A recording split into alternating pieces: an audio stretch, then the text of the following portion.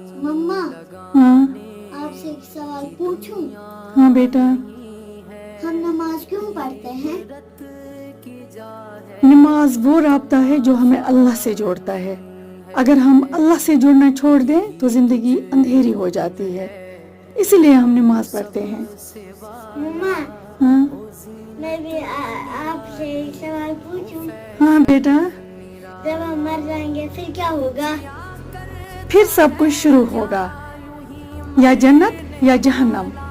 मरने के बाद की जिंदगी हमेशा की है, इसके लिए ही तो हम नमाज पढ़ते हैं, अच्छे काम करते हैं ताकि अल्लाह राजी हो जाए।